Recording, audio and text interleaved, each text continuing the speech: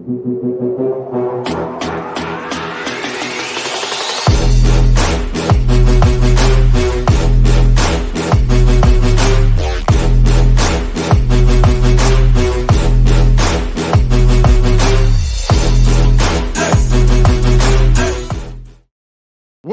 to the King and Chapman Show. I am Brent Chapman, and with me today from Ann Arbor, Michigan, the original Fab One, Jimmy King.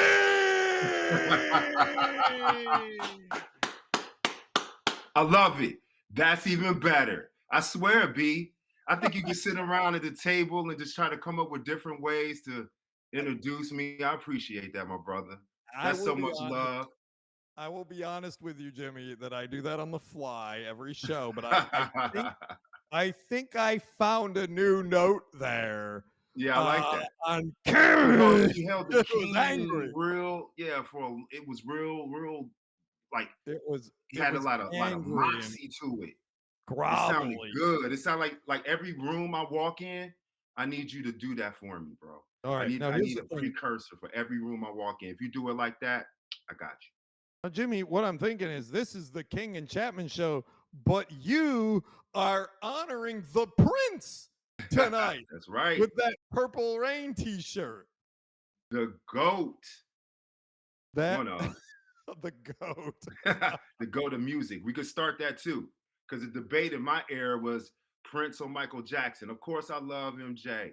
He's from Gary, Sister City, from South Bend, around the way. But Prince got music. Prince got so much catalog. A lot of stuff that we haven't heard. And also, what a lot of people don't know, he's a big basketball fan. Oh, I know. Because that's what I was going to say. My generation, I think of Prince is Dave Chappelle dressed up as Prince. That's right. Throwing the ball going. And game blouses. Hey, you know that's a real story. Charlie Murphy told that story. It's a real story. I almost sent the picture to you today, ironically, with Prince standing over Charlie Murphy like this. Oh, Charlie Murphy. He passed away actually probably a while ago now. He was one of my favorites. I saw him do stand-up a couple times. He was so hilarious. To me, he was as funny. Charlie Murphy was as funny as anyone. He was the funniest guy in the show. I mean, Dave Chappelle's great, don't get me wrong, but Charlie Murphy was hilarious. It's sad that we lost him when we did. And for people that don't know, that's Eddie Murphy's brother, real brother, actually, which is kind of funny because I actually thought Charlie Murphy was better than Eddie Murphy. But Eddie got a lot of material from him. That's for sure. I bet there's a lot more to that success than we'll ever know. So great intro there, talking about the Prince and some old school music. But now we're going to dive into basketball, and we're going to dive into the Western Conference Finals. And we are going to go hard. Mavericks and Wolves. We're going to start with the Ant-Man, Anthony Edwards. So, and we'll talk about this, Jimmy, in more detail in a minute when we talk about the Mavs, but the Mavs were up 3-0. I thought it was over. I was happy. Look, I got my shirt on, Jimmy. Come back to me, Nate. Look at that. Come back to me, Nate. Throw it down. I got my shirt on. Raise the banner, my 2011 Mavericks championship t-shirt doesn't quite fit. I thought that was raise the banners for the Fab Five. This doesn't go back that far. This is a raise the banner. I got a one-track mind. So they were down, and I got to be honest, I don't think Ant was really looking all that great, and I'll get to this in a minute, but he scored 29 points. And they kept their hopes alive with a Game 4 victory. They're going back to Minnesota tonight, Thursday the 30th. Ball's going to be in Anthony Edwards' hands. Here's what I want to think. I want to ask you about Ant first, Jimmy, and then we can talk about the Wolves. I am disappointed, especially in games 1, 2, and 3. at the end of the game, this dude who's supposed to be ascending, who's supposed to be the next MJ, the next LeBron, is passing the ball. You know, it's time for a it's last hard second. to shoot with double teams. No, I don't want to swear on the show, but I'm going to call BS, Jimmy. I'm going to tell you the same thing I told my wife when he passed up on the shot and passed to Naz Reid. Do you think Michael Jordan would have ever passed on a shot? Absolutely not. But no. Whoa. Let me back up. He would have made it happen, bro. A young MJ wouldn't have passed the ball. He didn't pass the ball till he got Steve Kerr and John Paxson to hit those shots, a couple of shots back to back for them to win the championship. So early in Mike's career, no. Midway through his career, when he won the first and second championship, yes, he would have passed the ball. But the difference is that Mike would have taken the shot regardless whether he's double team or not. So he just made the great basketball play, and he finally trusted his teammate.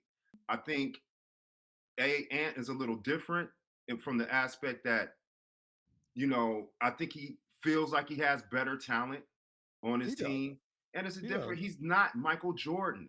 So let's get that out the way off top. He's not MJ. He could turn into an MJ, but I don't think, it's hard to compare anyone I to the agree GOAT. with you.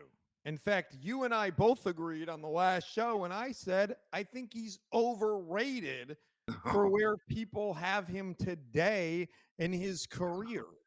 And I think that people want him so bad to be this great player, and he's just not right now. That doesn't mean he can't be or won't be, but dude, slow down the bus.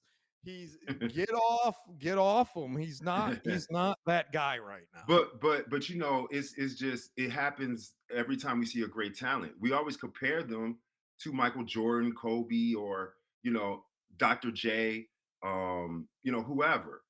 And I think it's unfair. But I do appreciate what Ant said when they asked him about the comparisons that he's been getting. And he said, don't do it. Like, I'm not Michael Jordan. I'm not on that level yet. So, kudos to the young fella for really dodging that bullet, because cats would be on his head right now. And I think you bring up a really good point that kind of struck me. It's really good for our listeners to catch is he passed the ball in a clutch situation. Right. That's not a sign of being afraid, which is what I was suggesting. You're saying that's a sign of maturation, of knowing I don't have this shot. Let me get the ball to another guy who's got the shot, and let's win the game. That's something Jordan did struggle. It's simple math, right? You got 5 guys on the court, 2 guys on 1 guy. Somebody's open. Swing the ball, move the ball to the person. And listen, these are pros, okay? So, like I told you before, there's no crying in basketball. Guys got to make the shot, step up and make the shot. So it's really not on him if he's making the great play or the basketball play. Jordan was spectacular or extraordinary because he would push through the extra defender and make the shot. That's why it's a slightly higher level than other players when we compare the two, or anybody. Agreed. So, Jimmy, we talk about Ant. We also have to talk about Cat, which just kind of looks funny with all these 3-letter nicknames. But Karl Anthony Towns, Jimmy, is having a historically terrible start to the Western Conference Finals, if we are just talking about through the first 3 games. In game 3, he only scored 14 points and was 5 for 8 shooting and 0 for 8 from 3. And he just is, through the first 3 games, he was shooting 27%.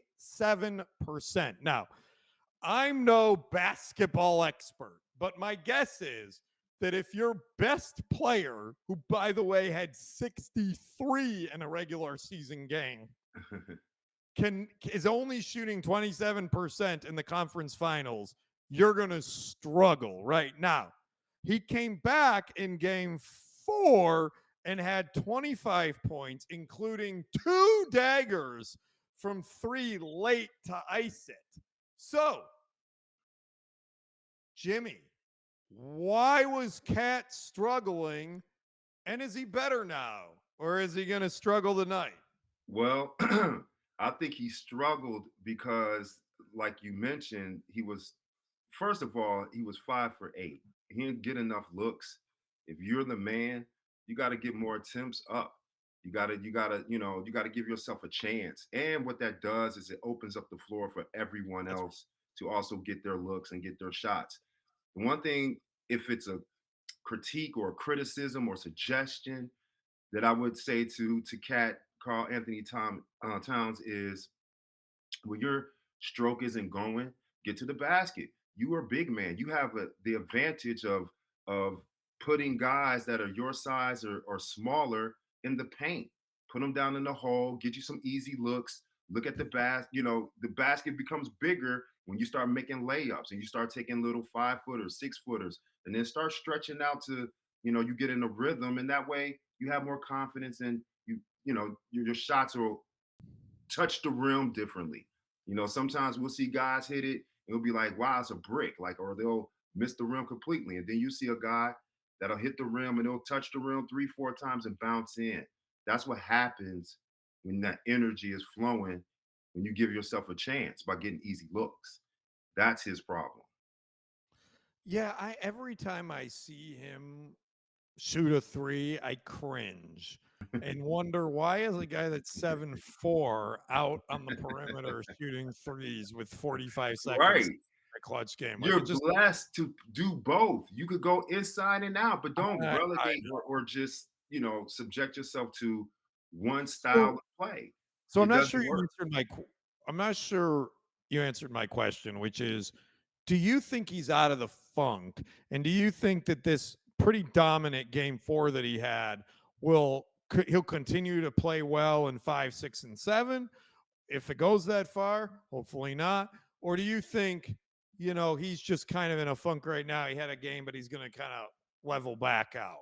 No, I think from the last game, I think he understood what it was. That's why he had such a great game, and he hit 2 threes, timely threes that kind of put them over the top. Really, it was 3 threes in that span of time that really pushed the game out for the Mavericks not being able to come back. So I think that his team is obviously looking for him. And I don't know if you saw the interview after the game when they asked him about his woeful play, and he mentioned that he has to go back to the basics, which is, putting up 100 shots or whatever, because in the summertime or when he does his workouts, he put up 1,500 shots. And I think a lot of people thought he was capping. And, because every time I see that interview or they show a picture of the interview, all you see is those blue caps on there, like he's not telling the truth. But he came out the next game and showed us that he could shoot the 3 and he has a very good touch. But I would implore him to play the other aspects of the game or facets of the game, get to your mid-range, get a floater, or just play with your back to the basket when you have a smaller opponent on you, and don't settle for threes. Well, Jimmy, now we're going to talk about my guys, the Mavs. And Luka was awesome in game 3. 33 points, 10 of 20, 5 of 11 from 3, 8 for 10 on the free throw, 7 rebounds, 5 assists, 1 block, 5 steals, 41 minutes. But here's what matters the most, Jimmy. With, what was it, a few seconds left.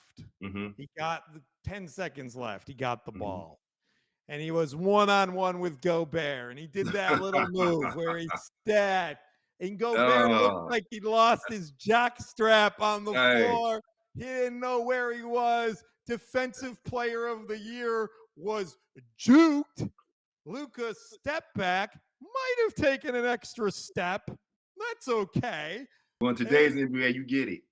Buries the three, the dagger to win the game. And then the best part, Jimmy, was he was mouthing the words, I own you. Yeah. You can't guard me. Yeah. He's the man, Jimmy. Yeah. Let me ask you, and I put this question here because I love it, Jimmy. Is Luka a stone cold killer? Is he? That's not even a question, B. He is a stone cold killer. He led the league almost 34 points a game. Do you know how much, like, every night, okay, you play 82 games, you're traveling, everybody's reading their clippings. They're ready for you to come into their town to stop you, and you're averaging 34.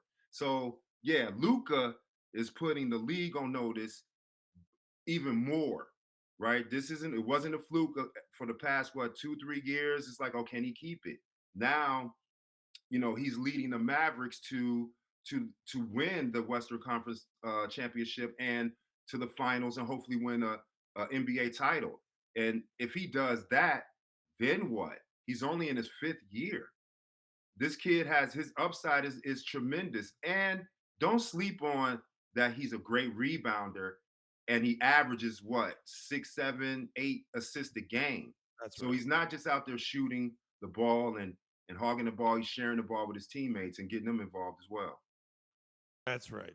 So I'm with you, Jimmy. He is just you don't want him to have the ball at the end of the game. And Absolutely here's the thing. Not. But here's and B, to answer your question, because you asked about, like, if Rudy, okay, in no scenario, I played basketball, let's see, how old am I? 45 years, okay? I'm 50. I've been playing since I was 5, maybe longer than that, 47 years. I have never seen a switch. I've seen accidental switches. I haven't seen a purposeful switch where the best offensive player in the league is paired at the top, not on the side, not on the baseline, but at the top of the key where you can't get help, because if you do, you have a long distance to run, with a 7'4" center. And then he crossed them up like he was dancing with the stars. Like he was doing Scooby-Doo, running in place. You know how your legs just, where they make that sound like that. Yeah, he was running in place. And then he tried to lunge and block the shot, but it was over. That's why Luka was able to take an extra step that could have been a travel, but in NBA today, no travel. And he buried the three. It's simple. Like, that was the easiest shot that Luka could have ever had the whole season. How about that? Easiest. Come on, the bro. Easiest. Second. It's just the easiest last second one-on-one shot was that one for Luka. Well, I guarantee he made a great play to get the separation against the defensive player of the year. He can't slide his feet like that. You can't put a 7'4" guy on a 6'8" guy at the top of the key. No, that was not a great idea. I got a little, by the way. I got a little scared, little Jimmy, in game 3. I think that really, if you're watching the games, I think most people would agree with me. Derek Lively II has been a beast in this series. In fact, who is Derek Lively? Derek Lively is the Mavs' 12th overall pick in the first round of the draft last year. So he's a rookie, although he played 4 or 5 years at Duke. So that's a high-level program for an experience, an extended period of time. But he has not looked like a rookie in this series. And I'm going to go as far to say as when he's in there, Ant-Man cannot drive into the paint. Mm-hmm. And I think what you saw happen in game 3 is when he went out, Ant-Man took off. Mm-hmm. And then in game 4, he didn't play. Ant-Man continued to dominate. Love Dwight Powell He's not the guy to stop the Ant-Man in the paint, right? And I think I think that they have missed Lively's production on defense, and I think he's a very critical piece to them winning this series. Now, he is playing in game 5, limited minutes, so we'll see how that goes. But to finish this thing off, there he is. He hurt his neck. It was pretty scary. He got landed on a knee. Mike Conley kneed him in the back of the head, obviously not intentionally, but he got kneed in the head. It was, hurt his neck and not a concussion, thankfully. But, he is needed to finish this series, and he's definitely needed in the finals against Boston to keep Tatum from just destroying them in the paint. From running wild, definitely. So Jimmy, do you agree with me? How much do you think the Lively injury hurts the Mavs? Oh, it hurts the Mavs from a couple of standpoints. One is because, if you watch them for the past 2 months, month and a half, they've gotten into a rhythm. And Lively is a part of that rhythm. They got, I think Jason Kidd is comfortable with his substitution. I think that he's gotten better by putting guys together or in together at the same time. And so when Lively got injured, he's not available anymore. That messes up your rotation. That messes up, kind of the floor balance that you were talking about, where Ant is not driving into the paint, but now there are lanes to get to the basket, and he's taking advantage of it. So one thing that a lot of, I guess the casual fan doesn't always see is just the comfortability that you've been playing with this person for 80, or we're really for him 80 games. But when they made those trades too, to incorporate, the other players, that helped him too. So everybody's really struggling with him being out. And thank God it wasn't a concussion. Thank God it wasn't anything serious. Injuries like that happen in basketball all the time. We don't wear equipment. We don't have helmets, but we take elbows to the face. We lose teeth. We get stitches, all of that type of stuff. So I'm just, happy that he's back on the floor, limited minutes, and we'll see how it goes. But they definitely need him if they want to win this or close out Minnesota and go to the finals. That's right. I'm not sure that I would have played him tonight if he was. I would have given him the extra game. They were up 3-0, so they should have been able to close it. I think it's more like a moral boost. Like if they see him out there giving it, I think it boosts other guys to like do something. And but there's a couple things I don't, boost Luka, to go from 35 or 40 to 50 or 60.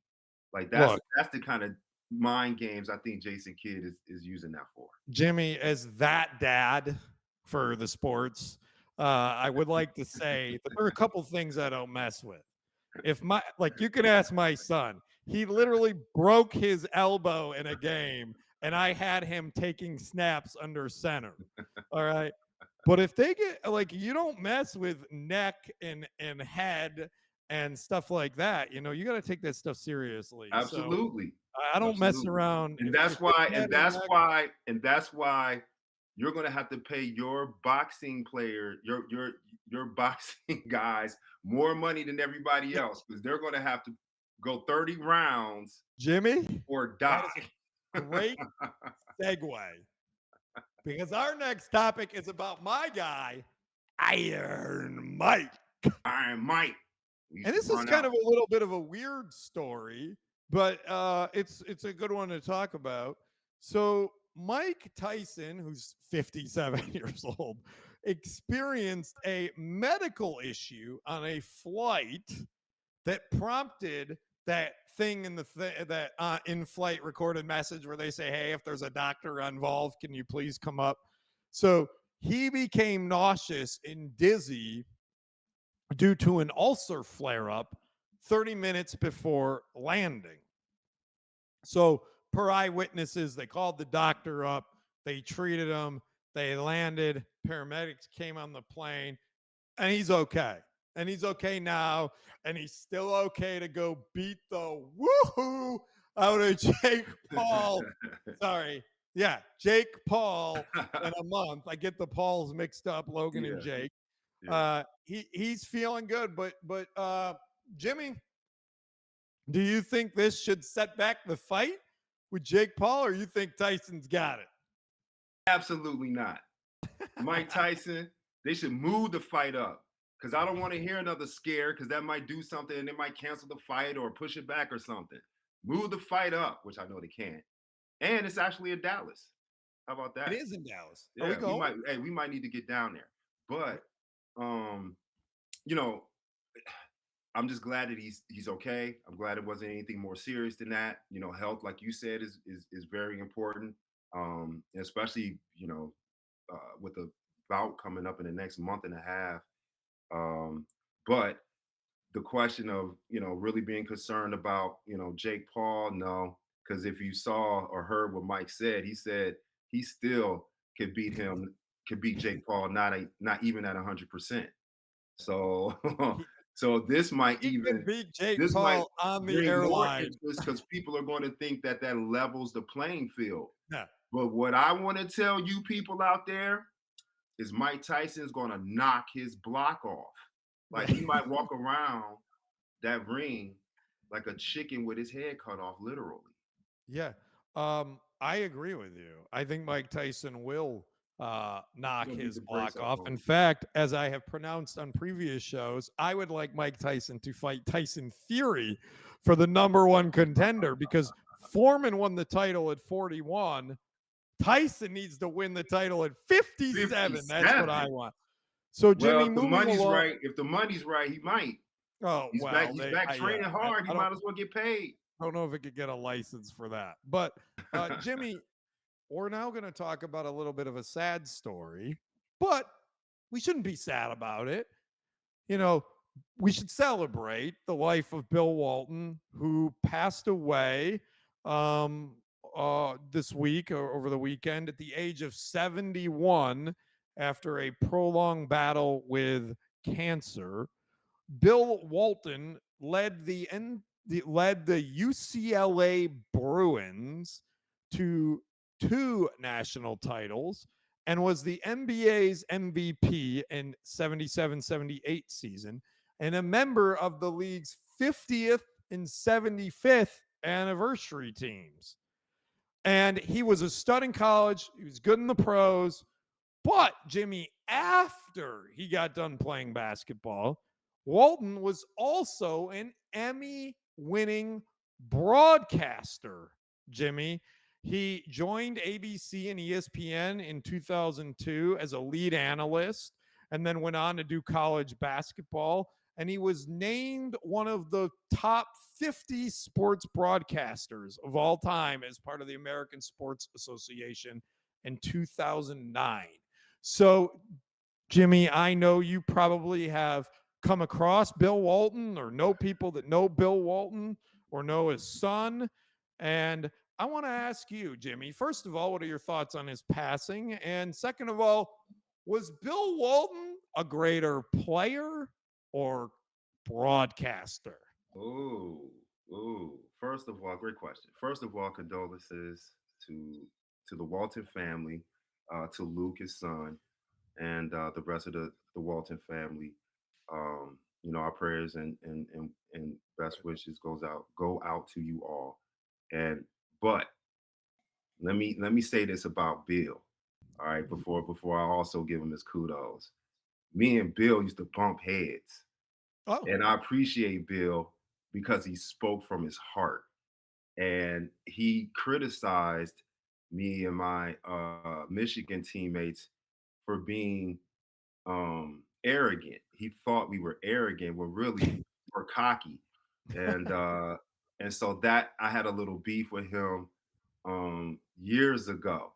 But meeting him and speaking with him, he's a great ambassador for the league, great ambassador for the game of basketball. Like you mentioned, winning championships at UCLA and won with the Portland Trail Blazers in 77, 78 on a great team with Maurice Lucas and those guys.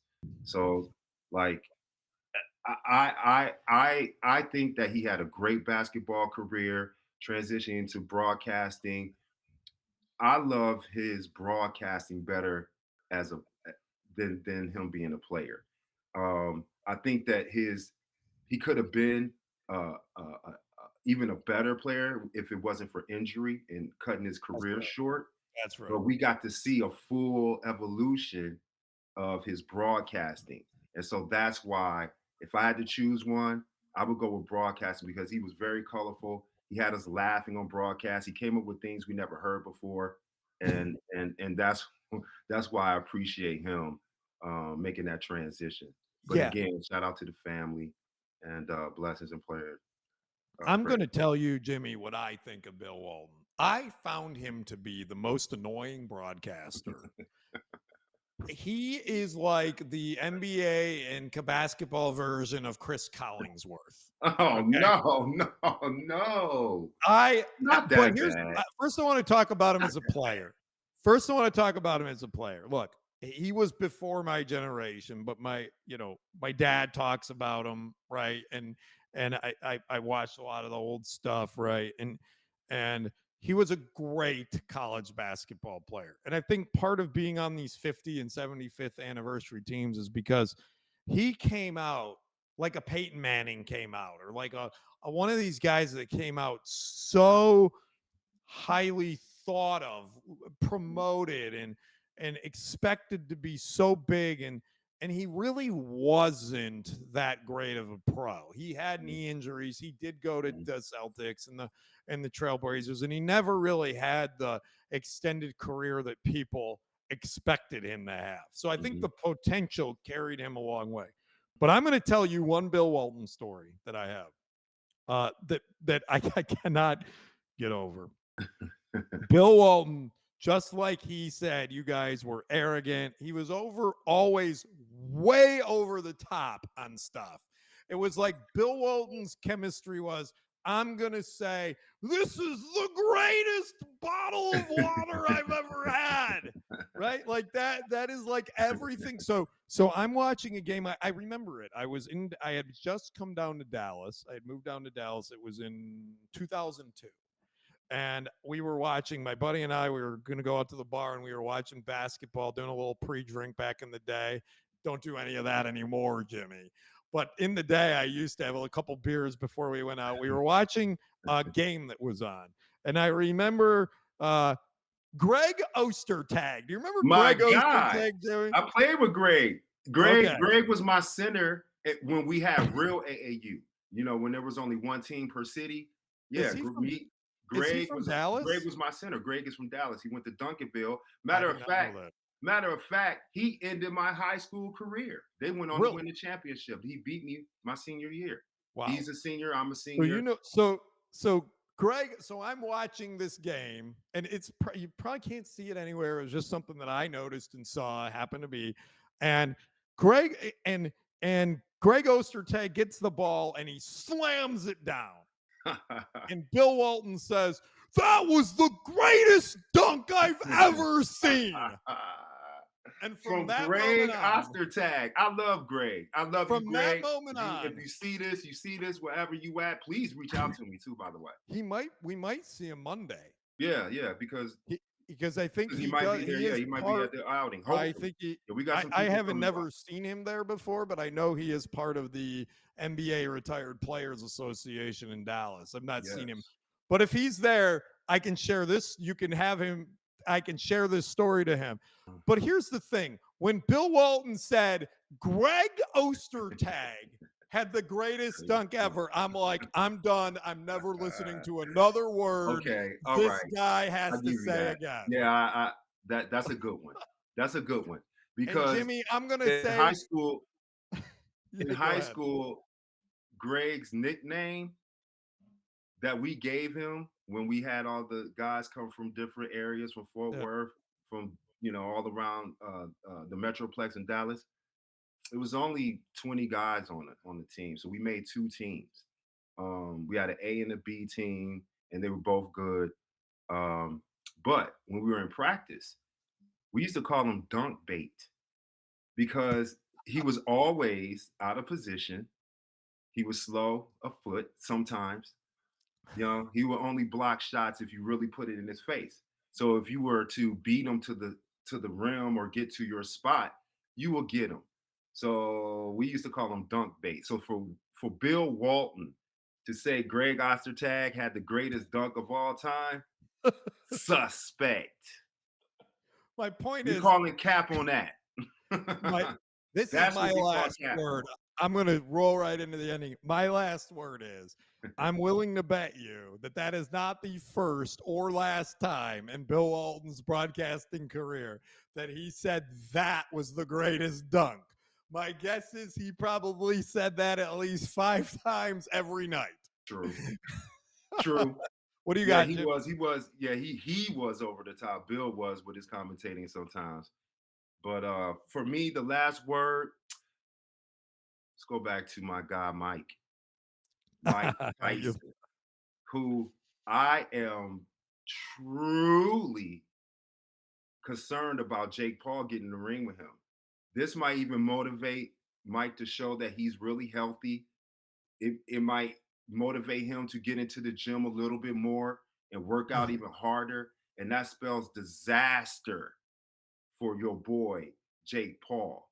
And My if he boy? gets in I never there, said he was my boy. well, you know, I just like saying that because I know he's not.